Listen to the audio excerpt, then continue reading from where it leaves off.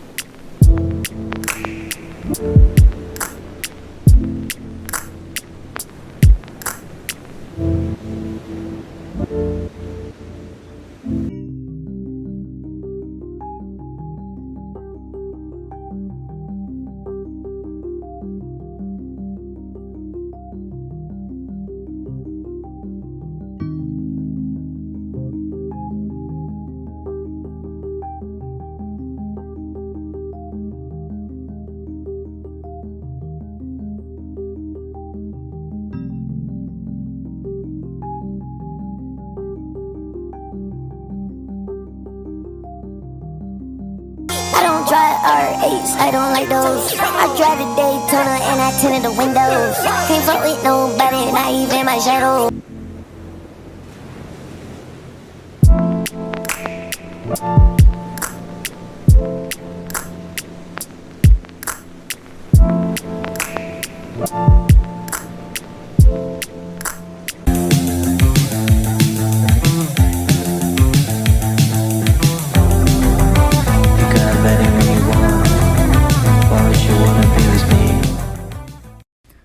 Today I'm gonna show you guys how to draw with crayons.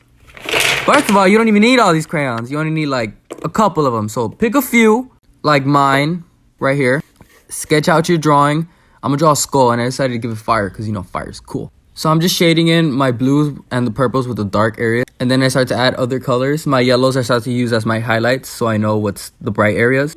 And the thing about drawing, when I draw, don't be afraid to add all these other colors, you know? I think drawings look so much more beautiful when you start to add all types of colors. So, you know, walled out, you know? Go crazy, go stupid. And then I also like to outline my drawings with like a bright color. It just makes them pop more. And another thing about crayon drawings, don't be afraid for it to look messy or not so neat. I personally think they look cooler.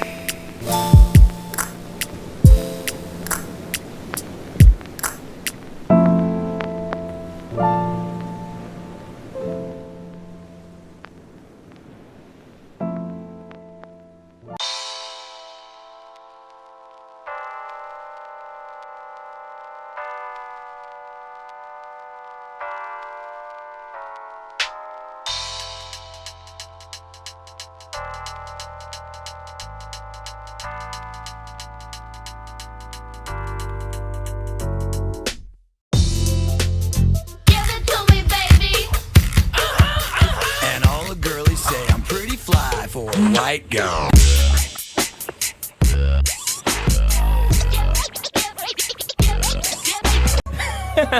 大丈夫でしょ。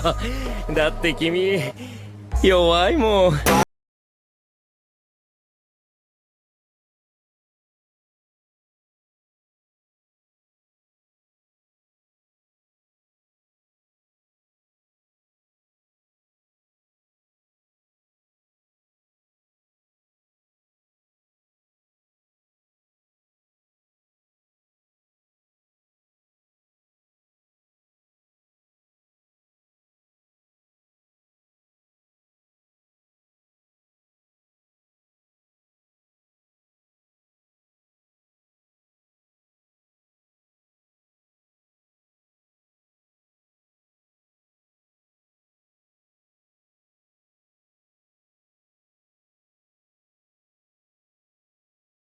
Forget to wash the paint out of your brushes again? Just take some nail polish remover and pour it into a jar.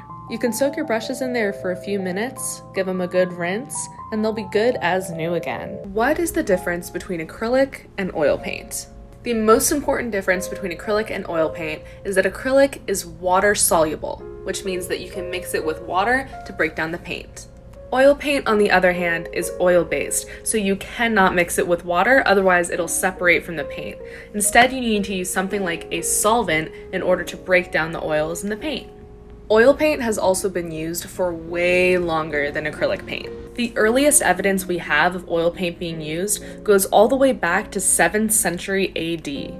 Acrylic paint, on the other hand, was invented as late as 1934 and was made popular in around the 1940s in the art world. But that did not stop acrylic paint from becoming the #1 most used paint. Acrylic paint is not only much cheaper to manufacture than oil paint, therefore making it more affordable for the masses, but its incredibly quick dry time made it something that nobody could ignore, as people were able to pump out paintings twice as fast as you can with oil paint. The reason why acrylic paint dries so quickly is because it dries from evaporation. But oil paint, on the other hand, dries from oxidization. The main feature of oxidization is that it takes a really long time to happen. Unless you mix a special medium into your oil paint to help aid with the dry time being slower or faster, your oil paint usually is going to take 2 to 5 days to be touch dry. And oil paint actually isn't dry just because it's touch dry. It can take about 6 months for oil paint to be fully and completely done with the oxidization process. Acrylic paint, on the other hand, can be completely and totally dry within an hour to a day. It's also plastic-based, so unlike oil paint, it won't need to continue to breathe for several months after it's done drying. This means that you absolutely cannot, on any occasion, put acrylic paint over oil paint. This will cause bubbling, peeling, and damage to any of the acrylic paint that you put on top of the oils, because the oils need to breathe and oxidize. But you can, however, put oil paint over acrylic, because once acrylic is dry, it's dry. So whatever you put on top of that will be fine. So just for a recap, never put acrylic over oil, but you can put oil over acrylic. The biggest complaint of acrylic paint is that it has a short drying time, but you can actually mix various mediums into your acrylic paint to make it act a little more like oil. And if you really want to cross the two, try using a water-soluble oil paint. They exist. We've all heard someone or been someone who says, "I can't even draw a stick figure," when we see someone making art. This is a perfect example of a huge problem that nobody seems to be talking about. That problem being that in order to be worthy of making art, you have to somehow be good at it. Now, some people might say, "What's the point of me even making art if it doesn't look good?" And to that I say, why do you sing in the shower when it doesn't sound good? Why are you dancing around your house while nobody's looking, unless you're good enough to be a backup dancer for Beyonce? We do those things because it feels good and it's fun and it's good for our soul. And the same logic applies to art. It doesn't matter if your art looks like this or if your art looks like this. As long as you enjoy making it, you've done something right. So stop gatekeeping art from yourself just because you're not the best at it. I mean, who knows? Art could very easily be that thing that you're just missing from your life.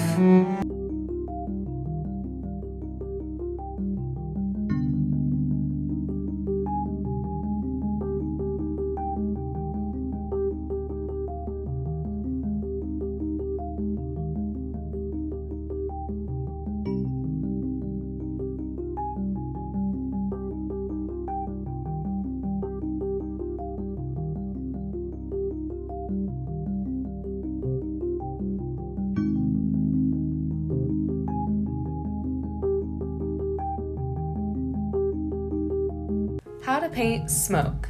Today we'll be using these 3 paint colors, some fan brushes, some regular brushes, and our handy dandy fluffy brush.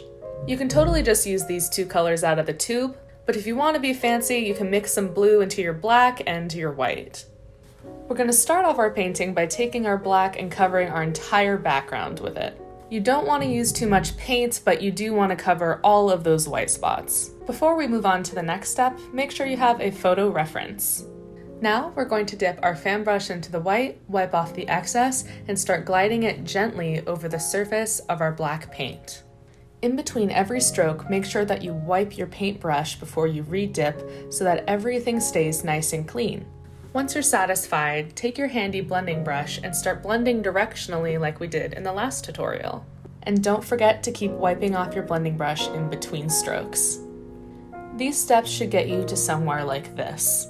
You can totally stop here if this is the look you're going for, or you can go in with your regular brush and start outlining the beautiful shapes you've created in the first step. Just make sure to keep your brushes clean and your reference photo in sight while you blend, paint, and repeat. And after all that, things should start looking like this. I hope you guys like this tutorial, and thank you so much for watching. How to paint rain. Today you're going to need these 6 colors and whatever your favorite brushes are. I then mix up a palette that consists of a light gray, a dark gray, a sky blue, and 2 shades of green. While looking at my reference photo, I block in my grass and my tree line. Then, using our sky blue, I start to paint in the little bit of blue sky that's peeking out from underneath the layer of clouds that's above us, raining on our heads in this painting. I mix my 2 grays together for the shadows of clouds that are further away and closer to the horizon line. Then I use my lightest gray to fill in the highlights of those same distant clouds. Using my darkest gray, I paint in the darker shadow shapes of the clouds right above our heads in this painting. I flick upwards to express the shadows moving around the form of the clouds. Afterwards, I fill in all the white spots left in the canvas with my lightest gray, which leads us to something like this. I then cover everything with a second layer of paint before moving on to painting in my puddles with my darkest gray. Using my smallest brush and the lightest gray, I go in and start expressing the little ripples that are created when a raindrop hits the water. These are kind of fun to paint, so I put in a lot of them and sometimes even added a little splash. For the puddles that are further away though, you don't need as many details. Now we can paint the little blades of grass poking out of the puddles. The further away the grass, the smaller and shorter the blades of grass should be. Then, using that same darkest green, I paint in some tree shadows. Then, with a little bit of the darkest gray at the tip of my paintbrush, I go in and start dry brushing it or scumbling it into the clouds. I think this is the best way to blend when you're using acrylic paint. Lastly, we're going to take our smallest brush and that mid-gray and start painting in evidence of raindrops. You do not need to paint every single raindrop that exists. Just hint at little moments here and there where the sunlight catches a raindrop falling down from the sky. And all that hard work is going to lead us to something like this. Thank you guys so much for watching.